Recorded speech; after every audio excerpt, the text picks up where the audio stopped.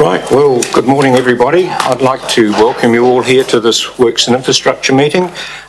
Great to see two youth councillors with us this morning. Welcome Ella, welcome Hayden. As always, we remind you that we're live streaming, but for you two, if you have anything that you'd like to say, indicate to me, and that will be great, thank you. We have one apology from Councillor Ackland, and that's the only one received so far. The confirmation, the order of business will be as per the agenda, and now we go, there's no public forum, so we'll go straight into... so moved by Councillor Barker, second to my right, that we accept the apology. All those in favour? Aye. Against? Carried. Confirmation of minutes, pages 7 to 13. Are there any comments relating to the minutes of the previous meeting? Thursday the 29th of March. Would someone like to move that that's a true and correct record? Councillor Laurie? Councillor Barker? Oh, non-member? Okay. So would we have a person? Member. Yeah. So that means you can't move. You're away? So that means you can't move the apology. Yeah. So you wasn't a committee. Who do we have here who was at that meeting that can move it as a true and correct record? Second it. You can. Right, I will then. I'll second it. All those in favour? Against? Carried.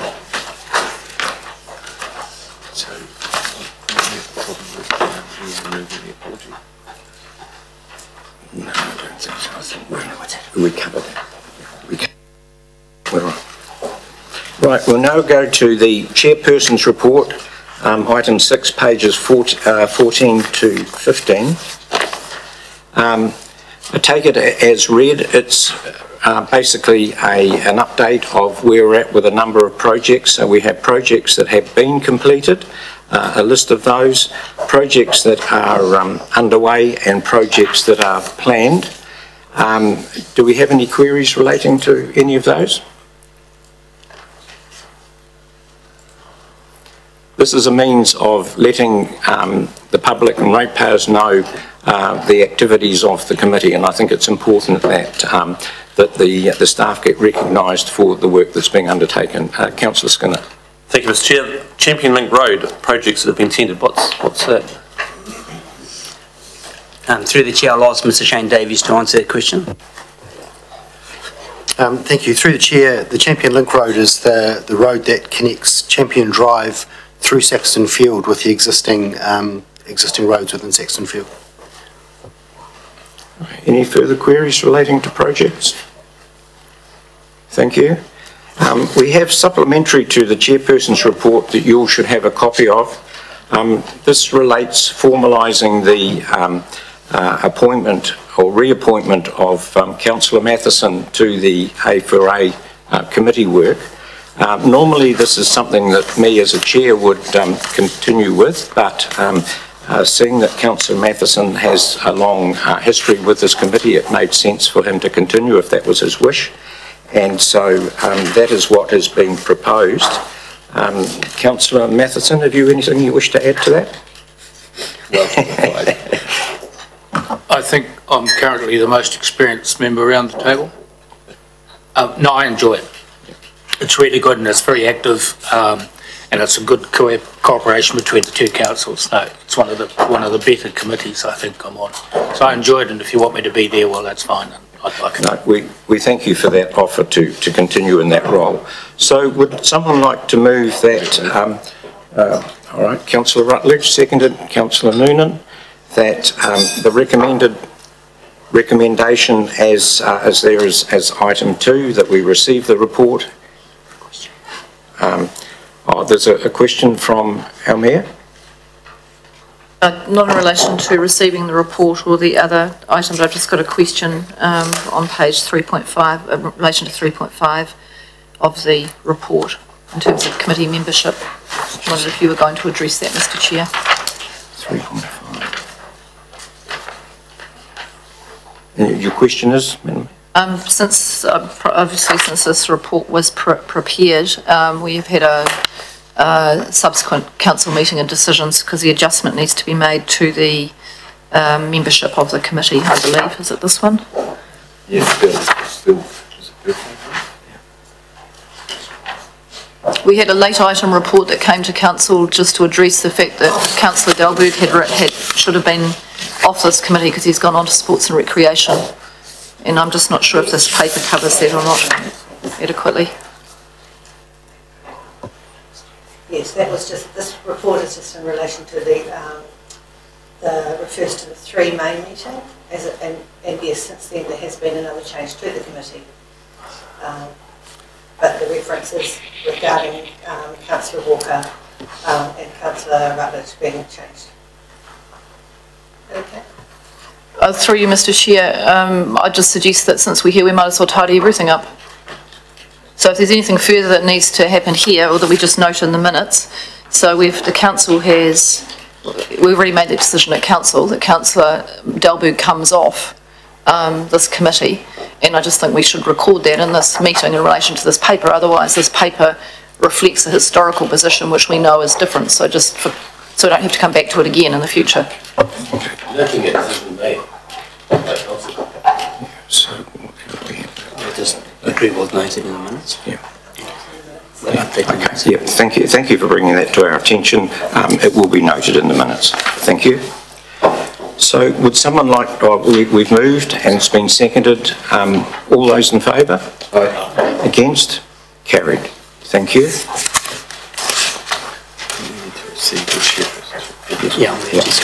So that's that. I'd like to move that my chairperson's report be received. Do we have a seconder? Councillor Laurie, thank you.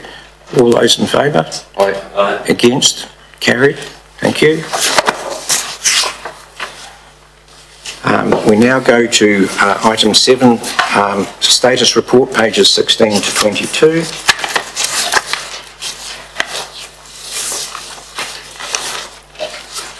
We'll take it page by page, so we've got page 17.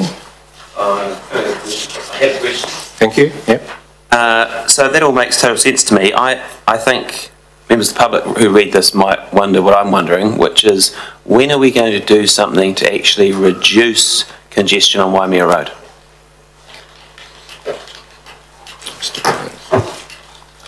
Through the Chair, the status report deals with pedestrian severance, and that is a separate question, and we can only talk to the status report. So I'm happy to answer questions on the item on the status report. That is a separate question, which I'm... Right. Page 18.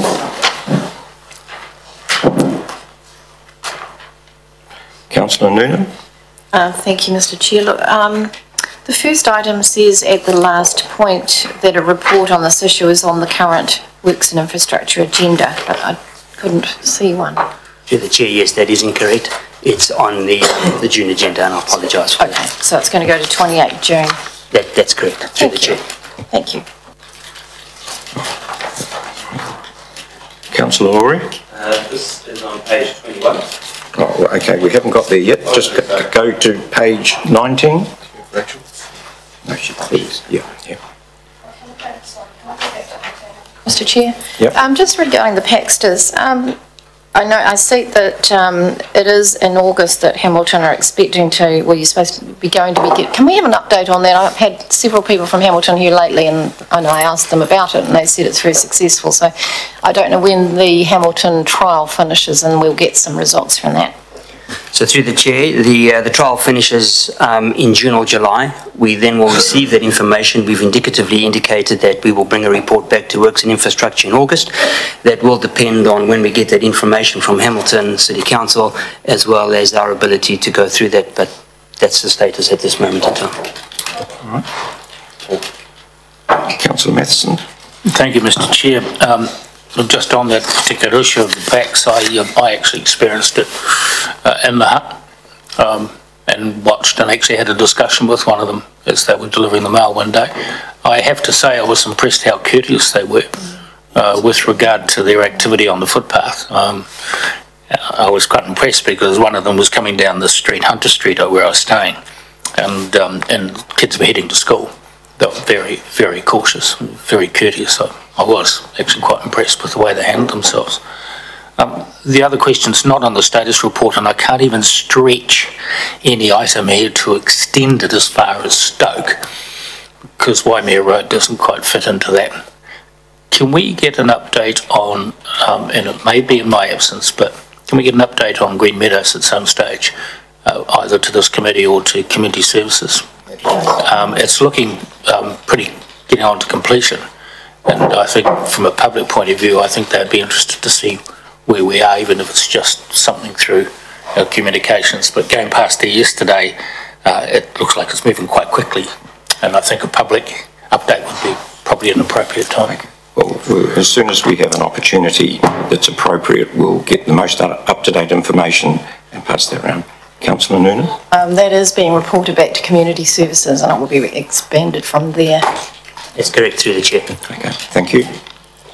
It's good to know that the Paxters are doing the job in a sympathetic way in Wellington, so that's great, thank you. Councillor Skinner?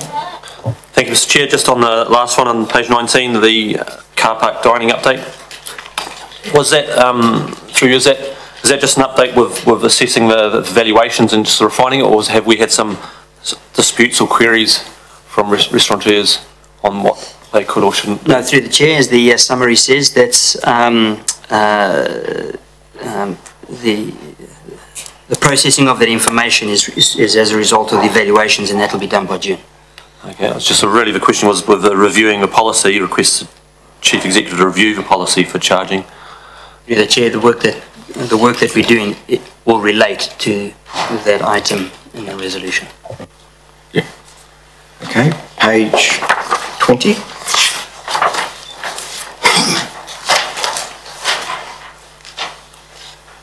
Okay, page, well that links through to Madam Mayor. Thank you, Mr Chair. Just note in the commentary about Kunini Street that it's classified as a collector road, which I was a little bit surprised about, that it was actually of that level, that it wasn't a sub-collector road. Can one of the officers just tell us how we addressed those when we last reviewed those classifications? And if there is a process to review them?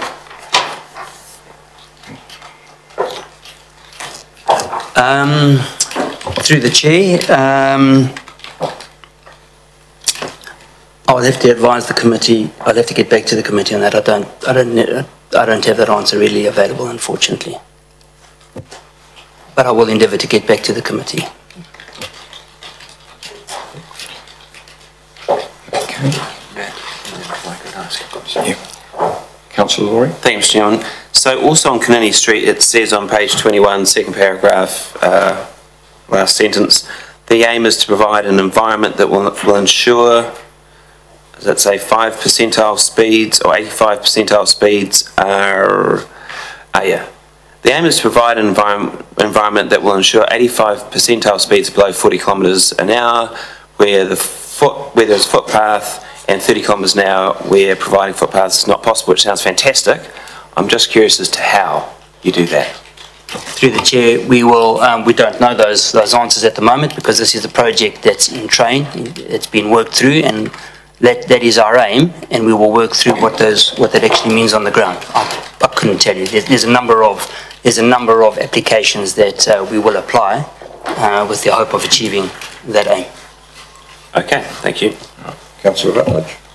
Thank you. Through you, Mr Chair, and on that subject, does that Kunini Street actually meet the standard for a collector road, or is that purely a function of the amount of traffic going down it, so that's why it's been called that? So through the chair, I'll answer that question when I get more information. Thank you. And page 22.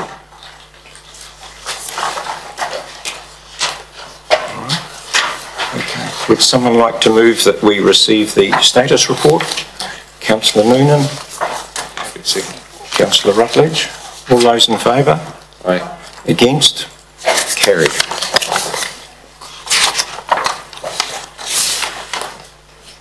Now we go to item 8, infrastructure fees and charges, pages 23 to 28.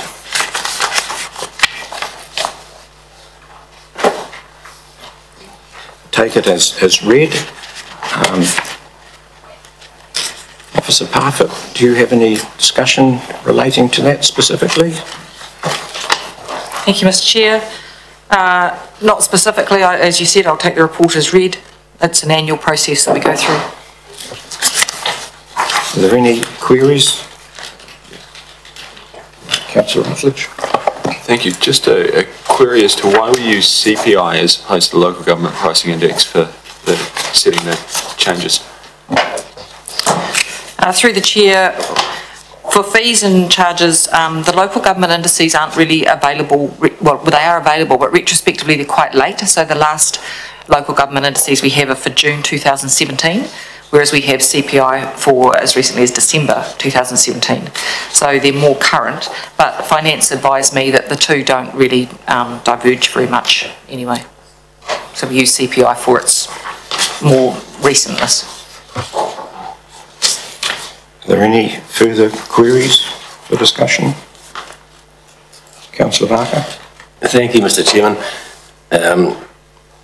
Page 24, section 4.12, the green waste. Mr. Chairman, you will be familiar, as am I, that after the meeting we had of the Joint Landfill Committee meeting on Friday last week, that the greenhouse gas collection at our York Buddy processing site has reduced from 44% efficiency to only 33%. And looking at what's happening here in this section 4.1.2, there's no guarantee that commercial operators will actually take the green waste that they collect to be composted, is there? It could, under this change or this scenario here, possibly lead to an increase in green waste going to the landfill. Is that a possibility? I want to ask the staff. Mr. McVertis. So through the Chair, anything's a possibility. The current view of this council is that green waste will not be diverted to landfill, and that we phase out accepting green waste at the Pascoe Street transfer station as per the asset management plan. But council is well within its rights to visit any of those decisions singularly or both. But at the moment, the asset management plan, which is the draft, which has been accepted by council, does not take green waste to landfill and is also phasing out green waste at the Pascoe Street transfer station. So to clarify, would a commercial operator bringing a load of green waste to the landfill be turned away? They would either have to come through to the transfer station, or they would have to take it to a commercial operator that can process that. The only green waste... It would be turned away at the Weybridge. They're not accepted at the landfill, to the best of my knowledge. I think we just need to remain aware and adaptable to changing circumstances. Councillor Rutledge. Thank you. It might be more of a question for Mr. Shattuck. I see he's just left, but the bottom of 4.1.2 says that the strategy is based on the premise that our customers will realise the service can be more economically accessed through commercial service providers. I guess my question is, how proactive are we in helping them to realise this prior to them getting having an unpleasant experience with a load of green waste? So through the Chair, we're busy phasing this out, and we will work obviously with comms at the appropriate time. So this isn't going to happen next week or in the next 6 months. This will be something that will be phased out over time, and we will work with comms. Great, thanks. All right, any further discussion? Madam Mayor. Well, thank you, Mr. Chair. Through you, I just have a question for the officers. On page 28, there is a change to the commercial operators dumping hard fill and demolition fee. And there's a comment there to say this is increased to incentivise direct transport to the regional landfill. Did the officers undertake a traffic assessment in their considerations of that change? I'm asking that question because I anticipate that will mean there will be more truck movements heading to the landfill. but it may not be material in terms of number. So through the chair, I don't know. Margaret, are you able to? Through the chair, no, we didn't take out a traffic assessment specifically, but if it is taken to the transfer station, there is then a truck movement that takes it from the transfer station to the landfill, so they kind of offset. We're just avoiding double handling. Thank you. Any further queries? Would someone like to move then that we approve as per the recommendation? Councillor Math seconded. Councillor Laurie. All those in favour? Aye. Against? Carried. We now move on to item 9, Havelock North Drinking Water Government Inquiry, pages 29 to 34. Through the chair, I'll ask Mr. Phil Ruffle to join the meeting.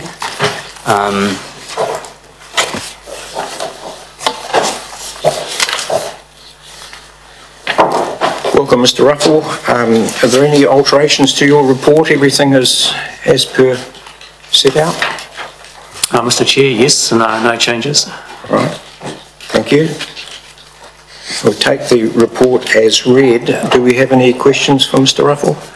Councillor Matheson. Thank you, Mr. Chair. Good morning, Phil. On page 30, there's just one I couldn't figure out the reasons why, and there was 8 of 9 at the top.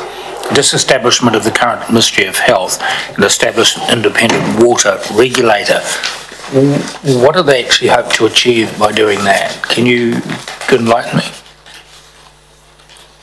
Mr. Chair, really when we read the reports on the government inquiry, just absolutely no one came out of it looking any good. And I think that as is natural in these areas, someone wants to know why the regulator, why the regulatory body didn't sort of pick up some signals. And at the moment, that the focus has been that the regulatory body is just stretched too thin. You know, we have seen some of these things with the Pike River inquiry that over the years the number of people running the regulatory type area in the district health boards and Ministry of Health is just too few. And one of the solutions that was promoted was, unsurprisingly, to scrap everything that you've got and start again. Come up with an independent, brand new system. It'll play out in the next 12 months. Thank you. Councillor Laurie. Thank you, Mr. Chairman. 2.5, one of the bullet points is the requirement for a residual disinfectant in the network. I presume, through the chair, that means chlorine. Am I right in that presumption? And does the fact that it doesn't say chlorine suggest there might be other alternatives?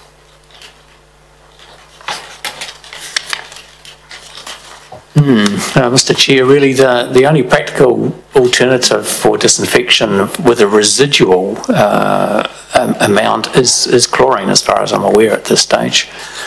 Can I suggest, Mr. Chairman, in future then we refer to chlorine in these conversations rather than a residual disinfectant? Through the chair, this is the terminology that has been used by the inquiry, but I agree with Mr. Phil Ruffle. It refers specifically to chlorine, and we do refer to chlorine in the body of our report. But yes. Councillor Rutledge. Thank you, Mr. Chair. Through you to Phil. Based on what we have here, are there any considerations that might give you pause for what we've got now at long-term plan at the moment, or is that plan covering everything off, you can see?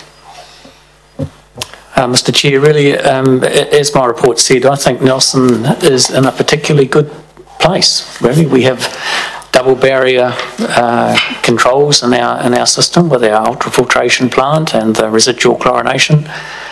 We assuredly have issues throughout our network, though. Without question, we'll have talked about the need for backflow prevention. Some of our reservoirs are now starting to get a bit aged, and we do get the odd E. coli positive test through our network on a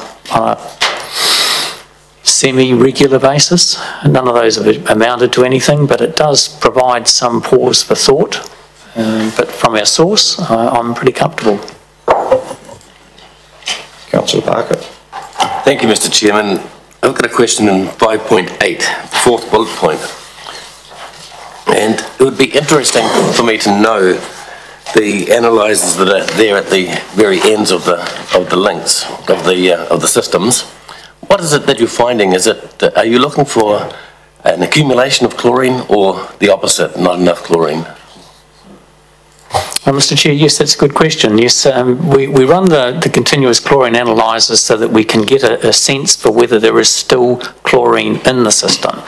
We are largely saying that if there is chlorine within the system, then E. coli cannot live in that water.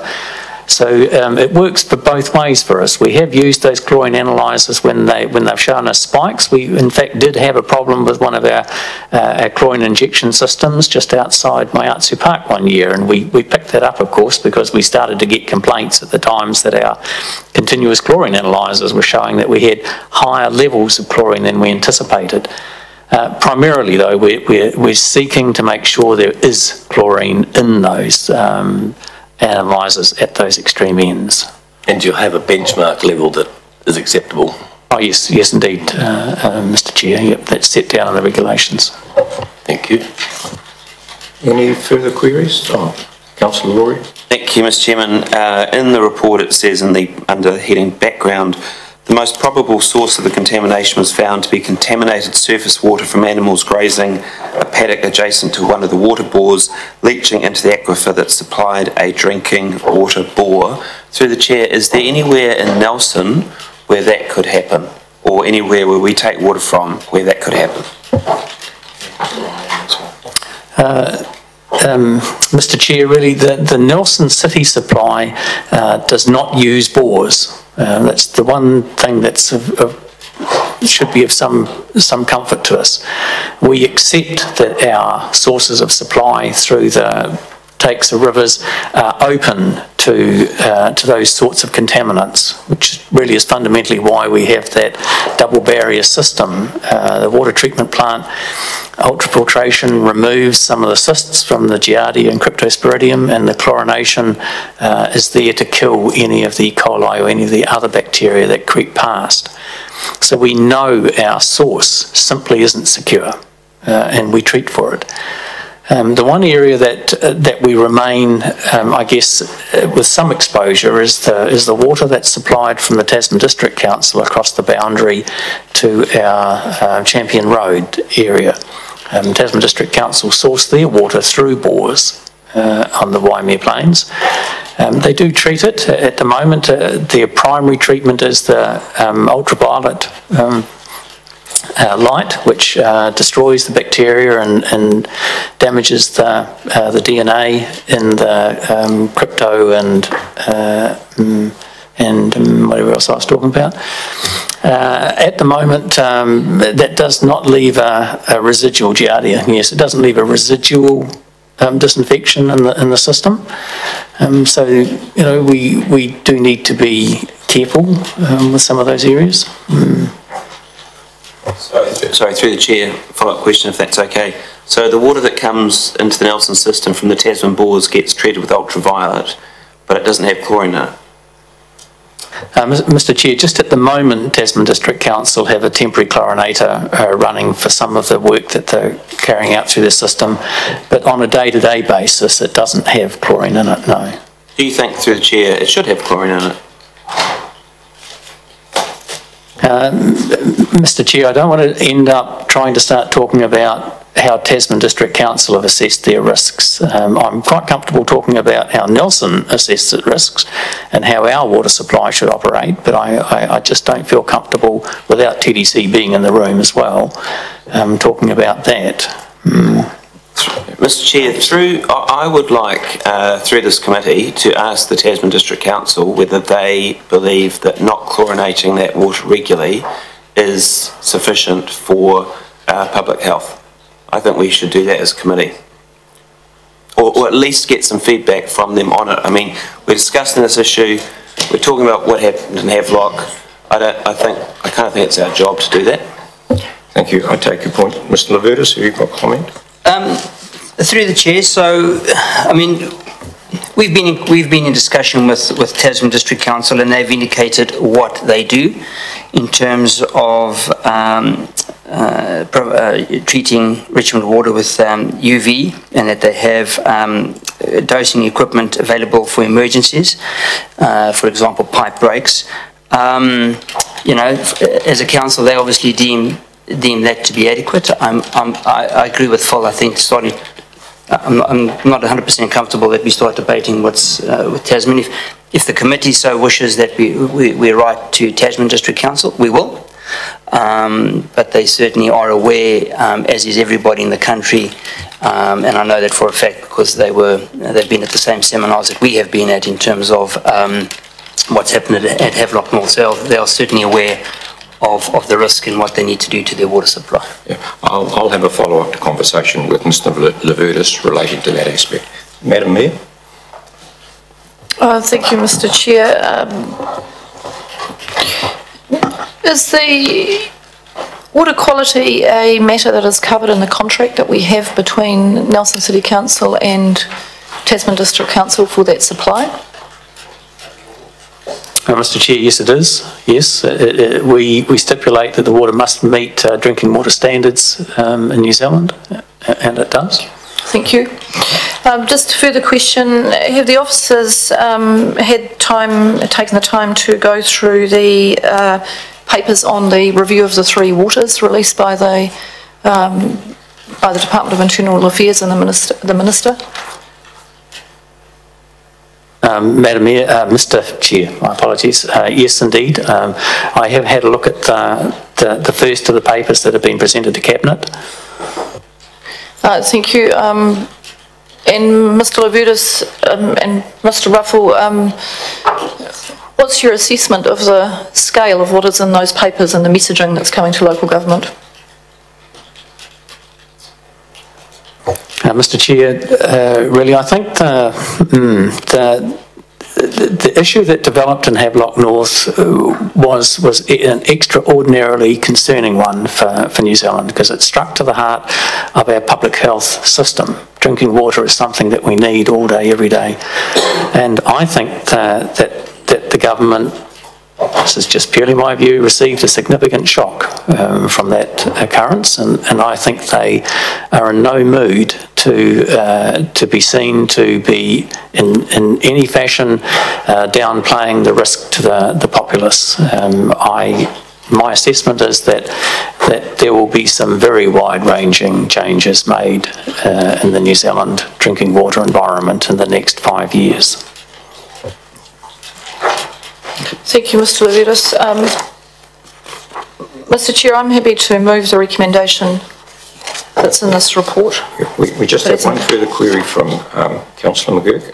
Yeah, thank you, Mr. Chair, for your indulgence. A couple of questions I have, they're pretty unrelated, but one of the themes that came through the report, the Stage 2 report, was complacency of suppliers and the adequacy of systems in place to ensure that there's fresh drinking water available.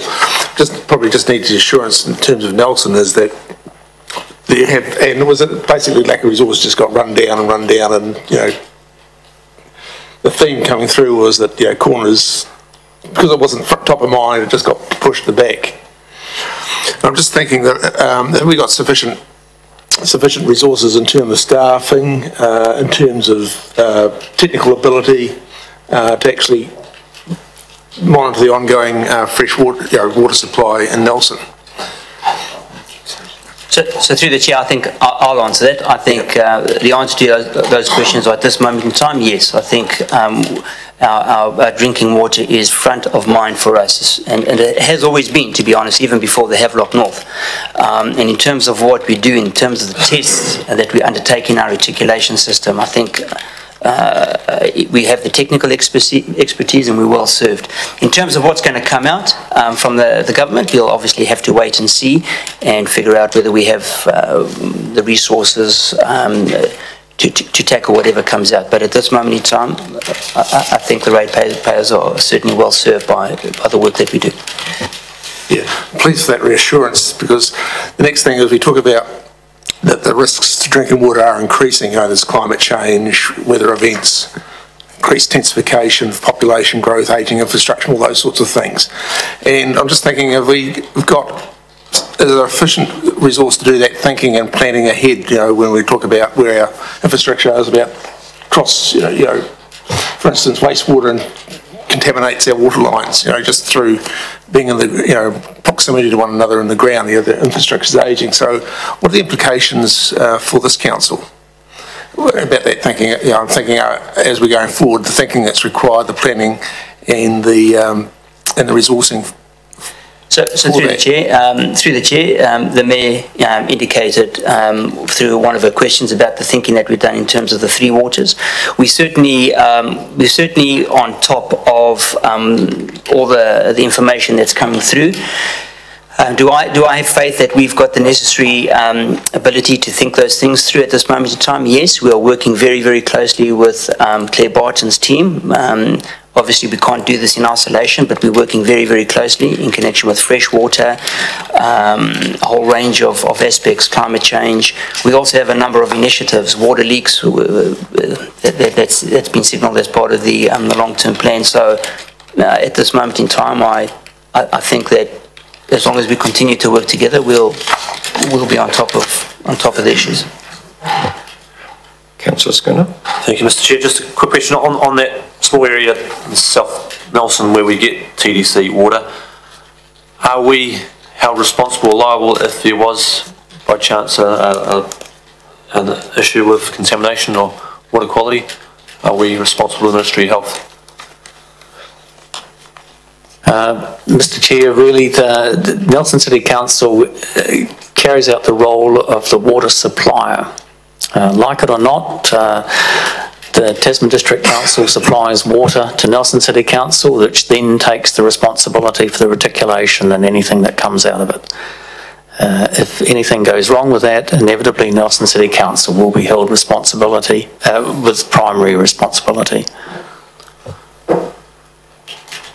So that just raises a concern, a bit of a flag then. There's an area there where it's sort of out of our control, and TDC have had in our area some issues, and we can feel confidence and knowledge with Mr. Ruff on our water supply, and the water supply may well be extremely good from TDC, but it is out of our control, and we take the rap if there is a failure.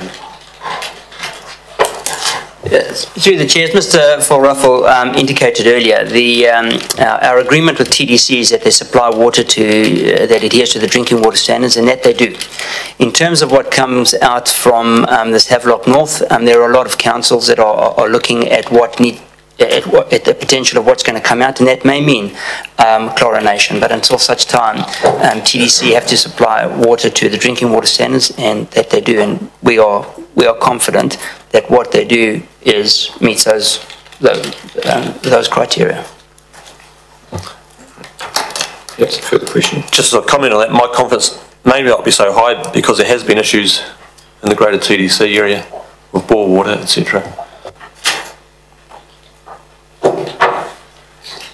Through the chair, I'm unaware of what Councillor Skinner is referring to, but I'm happy to have an offline discussion and pursue that further. Thank you.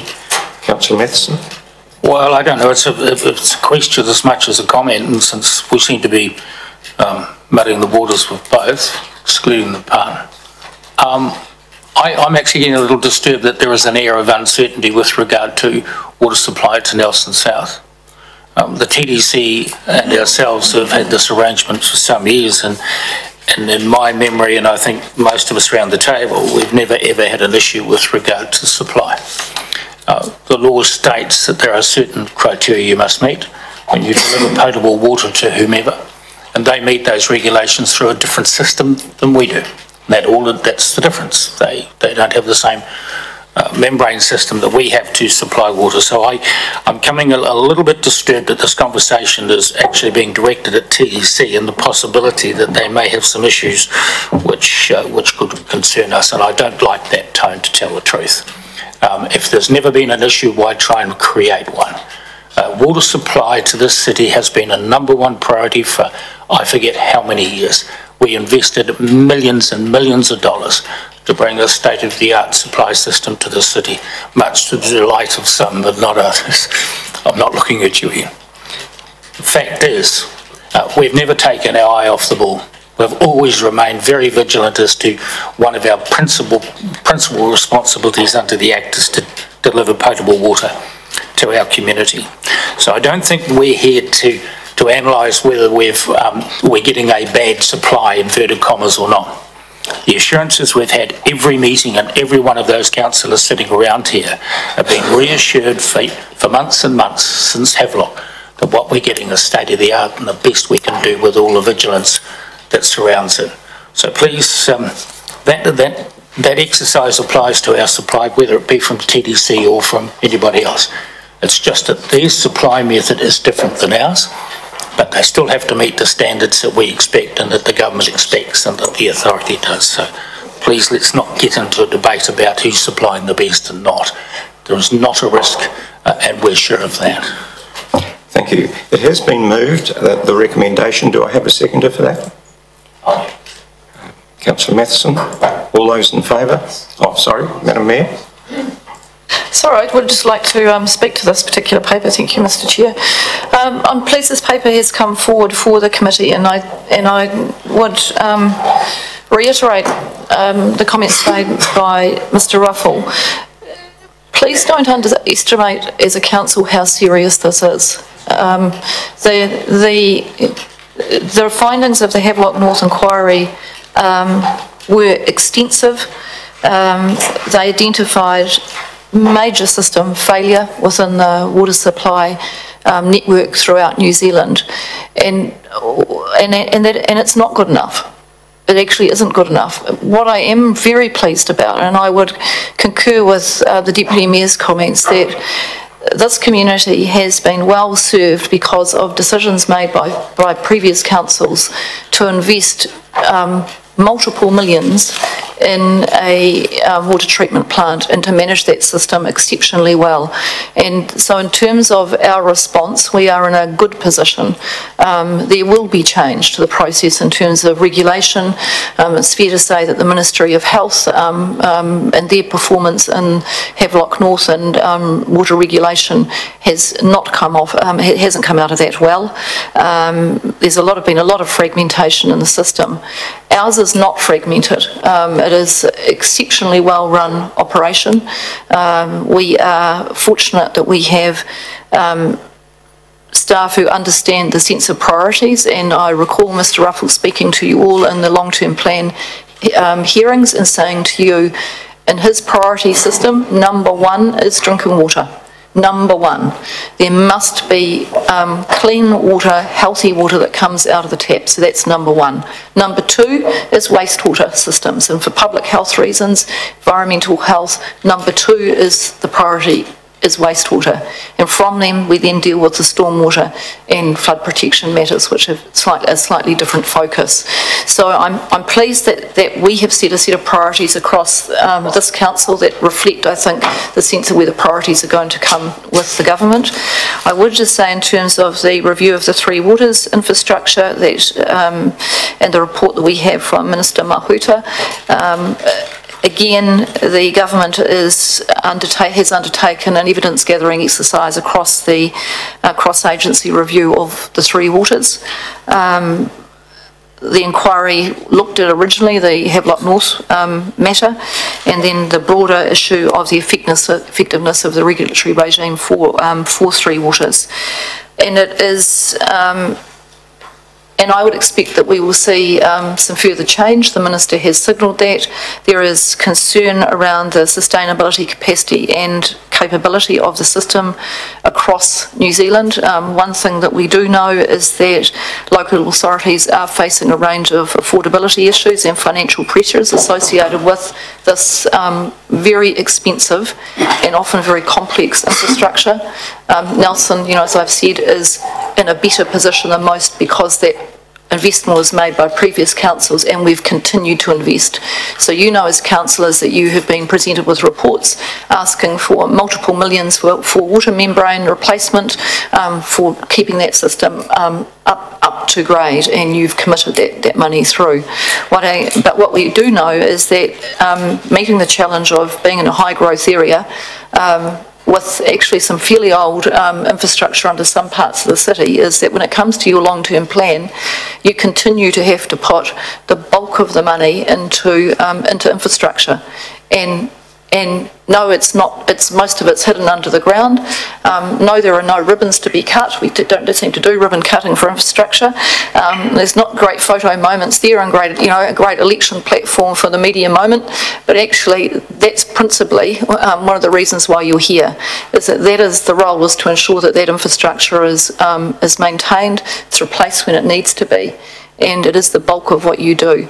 But it is challenging, and I expect that challenge is going to be responding to the ministerial review of Three Waters over the next year. So expect to be discussing this again, and I would suggest that maybe, Mr Chair, at the next Works and Infrastructure, maybe a couple of meetings down the track, maybe around about August, September this year, you might want to ask Mr Levertus to prepare you a paper on the Three Waters review so that you can discuss that in this meeting. Thank you. Final question from Councillor Barker. Thank you, Mr Chairman.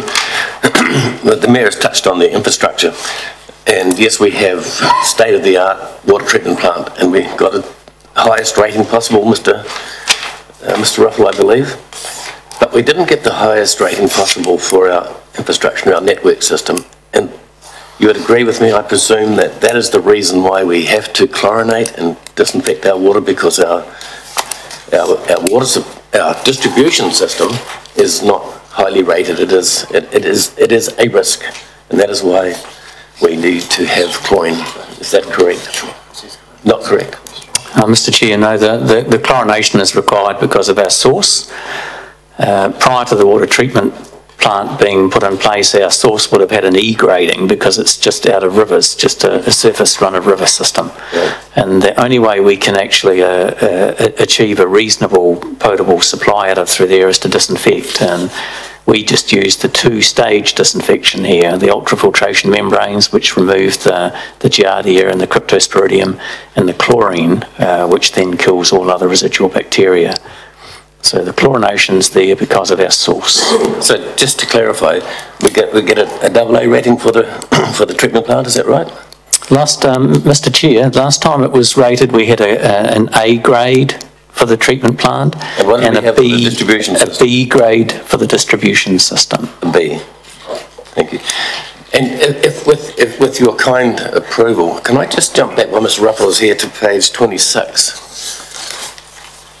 And it's just, I see that we're increasing the fees for the hydrant supply application under bulk filling registration, and I just would like to know, are we consistent? I'm not seeing the quantified amounts of money we collect for these. Are we being consistent in applying these to builders and developers?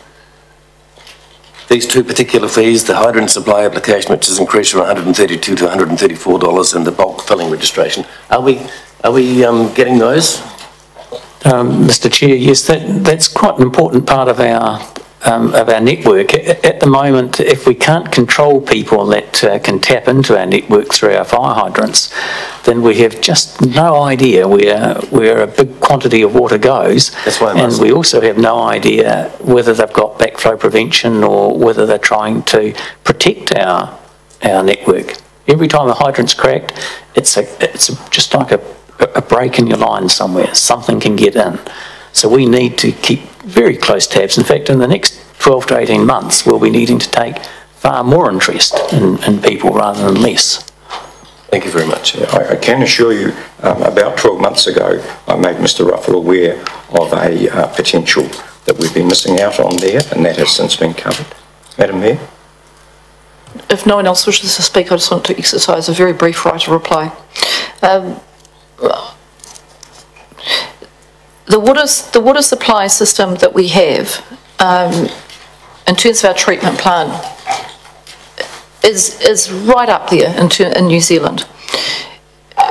But Councillor Barker is right, and that's why I focused on where the ratepayer spend is going, is that what sits under the ground, a lot of it is actually quite old, and we're working our way through a system of replacing some of these wastewater pipes, other pipes, some of the drinking water pipes. Some of them are still old cast iron pipes, and so we have issues with, from times where we have discoloration issues, which are a different issue altogether. But this has got to be an ongoing piece of work, and it is expensive work, and that is one of the reasons, why we have to continue to rate at the level that we do. I would just say that I had some interesting feedback during the week of people really concerned that we might have a contaminated water supply because there had been sheep somewhere near our dam, and a concern that there may be faeces in the water. One of the challenges for us is that you can't provide a system if you're damming water or taking it from rivers where you have no chance of animal waste entering the water supply anywhere. And in order to do that, we would have to have a full culling regime of every critter, every bird.